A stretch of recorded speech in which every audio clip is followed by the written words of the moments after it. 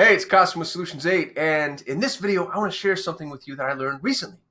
Some context for you. At the beginning of this year, Digital Marketer brought me in to be their traffic coach for their elite coaching program, which was awesome. I was so excited and super flattered, and I was like, oh, I'm going to get in there and I'm going to help all these people, and I think really the opposite has been true. I don't know that I've helped anybody, but I've learned so much. It's been amazing. And there's 50 some odd people in my cohort, and we do calls every other week.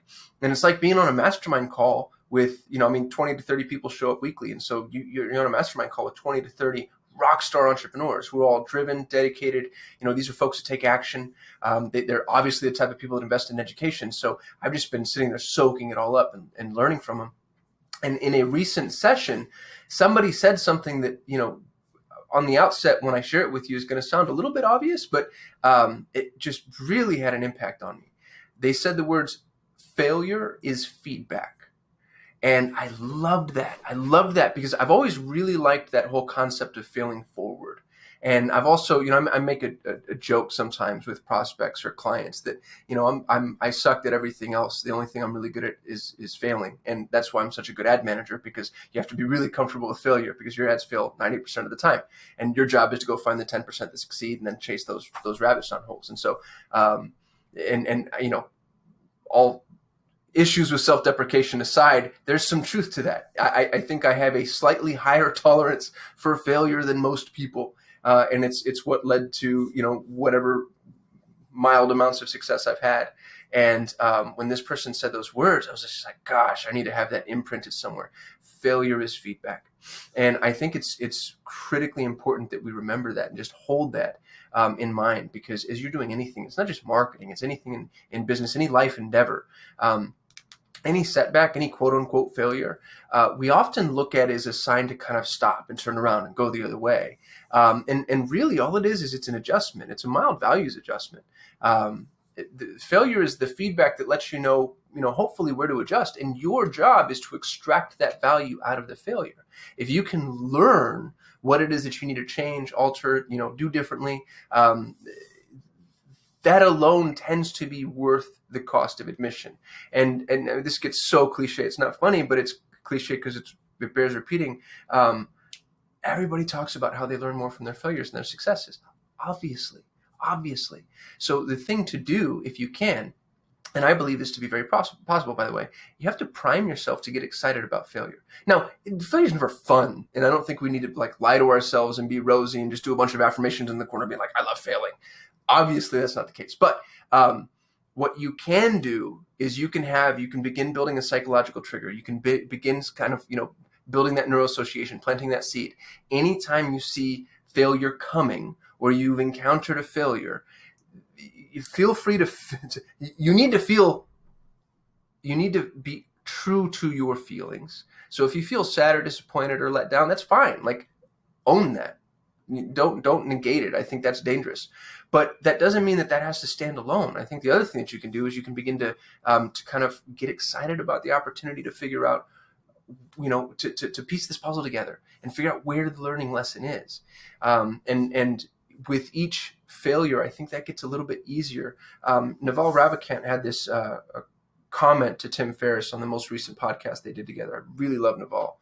And he made a comment about he was in a very stressful situation that years prior would have, been pretty dismantling, and I'm paraphrasing, but he found himself actually enjoying it. And he found himself enjoying it because he realized there was growth opportunity there, and it kind of gave him the chance to test his mettle. And I think that we can do the same thing. I think with some exceptions aside, nobody wants, complete and total disastrous failure. But in those small little micro failures that you experience on a day-to-day basis, there's a way to enjoy it. And what a pleasant life that would be. You know what I mean? What an amazing thing to do for yourself. What an amazing gift to give to yourself that's not going to cost you anything and will actually, I think, empower you on potentially an exponential scale. Because so many other people, and not that we want to compare ourselves to others either, but that's the only point of comparison that we have. So many other people are going to encounter failure and then just stop. And we do this a lot with a lot of things. The first time you ever try working out, if you've never been in the gym before, gosh, that's intimidating. It's daunting, right? Like you walk in and you don't know where to go and what machines to use, and you don't think you're using them right, and you don't necessarily know what protocol is, and halfway through you realize, gosh, everybody else is wiping down their machine and I haven't been doing that, and they're all looking at me now, I bet. And those little micro failures that you experience, there's probably 50 of them all stacked up by the time you get in and out of that gym. That's going to keep you from coming back unless you can begin to get excited about them. So if you take that paradigm and then you can cascade that across whatever you want, starting a new business, running marketing, hiring an employee, learning to manage, purchasing a business, exiting, whatever it is, identify the micro failures and get really excited about the improvement opportunities that they offer. I think one of the people that's done this the best is Ray Dalio. Ray Dalio is, I believe, the most successful hedge fund manager in history. Really brilliant guy. He wrote a book called Principles that I love. I gifted it to, I don't know what, half dozen people, just because of how important I thought it was. And all Ray did was every single time they ran into something that was, a big enough problem, he codified it. He codified it into this long running list of principles. And then what was cool is he published them and shared them with you. And he has his personal principles and his business principles. The book is amazing.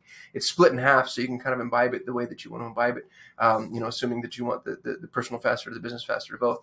But really worth looking at. But what I like about it is it was catalyzed by failure. And that's how Ray starts his story, by the way. He tells you about his biggest failure.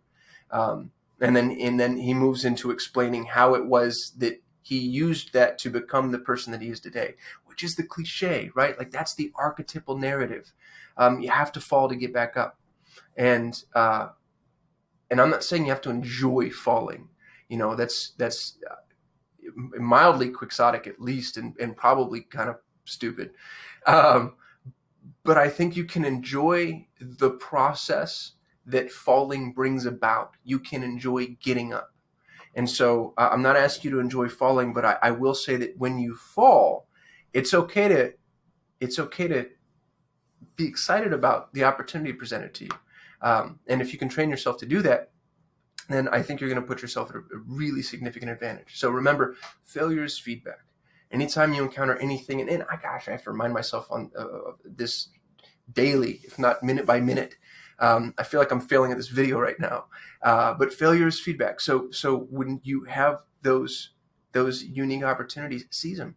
Pause. Give yourself a moment. Come into the now and just feel that opportunity, because opportunities, it's palpable. Like you can sort of sense that there's something almost tactile about it. You can kind of sense this chance you've been given. And it's pretty easy to walk away from. And sometimes that's just the smartest thing to do, right? Sometimes the feedback in the failure is don't do that again. We've put our hand on the stove. We failed at keeping our hand from not being burned, and we're just not going to do that again. Great. That's pretty linear. But then there's dynamic interdimensional failures that need to be examined and need to be pursued. Sometimes, honestly, those are the most important opportunities for you.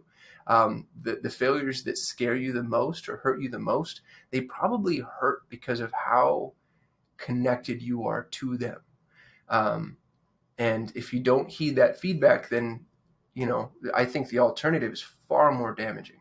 So anyway, that got super preachy. I don't know why. I'm sorry. I'm not a life coach. I'm a digital marketer. But that failure is feedback. It obviously applies to the marketing, but I think it applies to everything. So take that for what it's worth. I appreciate you watching. Thumbs up if you like the video. Subscribe if you want one every day. Otherwise, I will see you tomorrow.